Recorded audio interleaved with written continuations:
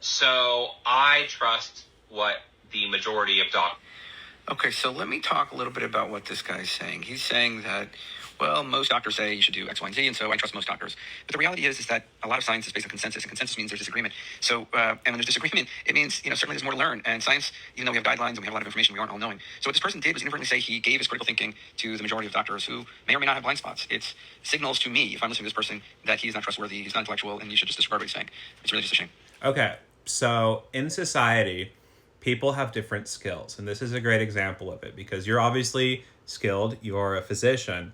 I think I might be a little bit better at arguing in debate than you because you implied that I think doctors are all-knowing when you said that doctors are not all-knowing as some sort of a rebuke.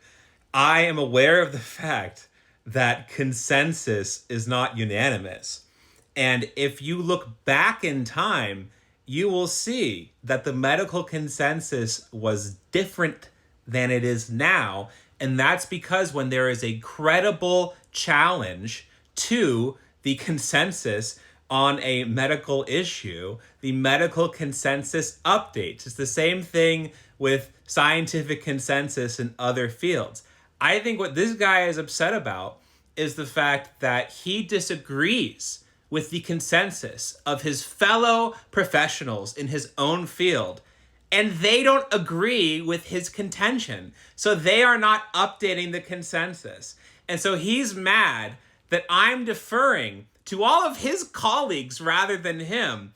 And he is presenting this absurd characterization of me. And newsflash, you cannot become a PhD in every subject on earth.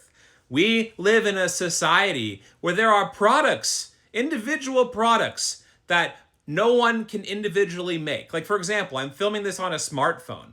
There's nobody with the knowledge to build a smartphone from scratch. There's people who know how to do the processor. There's people who know how to do the glass. There's people, you know what I mean? Like, a society with specialization, and I don't just mean medical specialization, I mean general specialization of knowledge, requires trust.